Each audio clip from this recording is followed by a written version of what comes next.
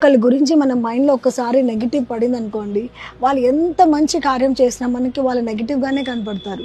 అదే మనకి ఒక మనిషి గురించి పాజిటివ్‌గా అనిపించిందనుకోండి, వాళ్ళు ఎంత చెడ్డ పని చేసినా సరే వాళ్ళని అలాగే ప్రేమిస్తాం. వాళ్ళ మీద ఎలాంటి నెగెటివ్ ఒపీనియన్ ఉండదు. ఎందుకంటే it's about our mind set. మనం ఎవరి గురించి మంచిగా అనుకుంటున్నాము, ఎవరి గురించి నెగెటివ్‌గా అనుకుంటున్నాము. మంచిగా అనుకున్న వారి గురించి ఎప్పుడు మంచిగానే అనుకుంటాం. నెగెటివ్‌గా అనుకున్న వారి గురించి నెగెటివ్‌గానే అనుకుంటా ఉంటాం. కానీ దేవునికి మన మన ఈ బిహేవియర్ దేవునికి అస్సలు ఇష్టం లేదు. ఆయన మనతో ఒకటే అంటారు. నీకు ఉన్న నెగెటివ్ థాట్స్‌ని, నీకున్న నెగెటివ్ ఆలోచనని నా దగ్గరికి తీసుకురా. నా దగ్గరికి తీసుకొచ్చి నా దగ్గరికి వదిలేసేయి. నాతో షేర్ చెయ్యి. నాకు చెప్పు.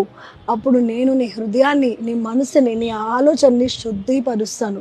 I will clean them. I will cleanse them. I will sanctify them. Bible కూడా ఏమంటుంది తెలుసా అండి?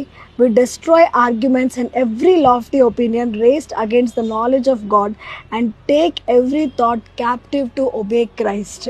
అలాంటి ఆలోచన ఏమొచ్చినా సరే ఆయన దగ్గరికి తీసుకెళ్ళాలి. ఆయన దగ్గరికి తీసుకొచ్చి ఆయన చేతికి అప్పగించాలి. అప్పుడు ఆయన మన మనసుని, మన హృదయాన్ని శుద్ధిపరుస్తారు.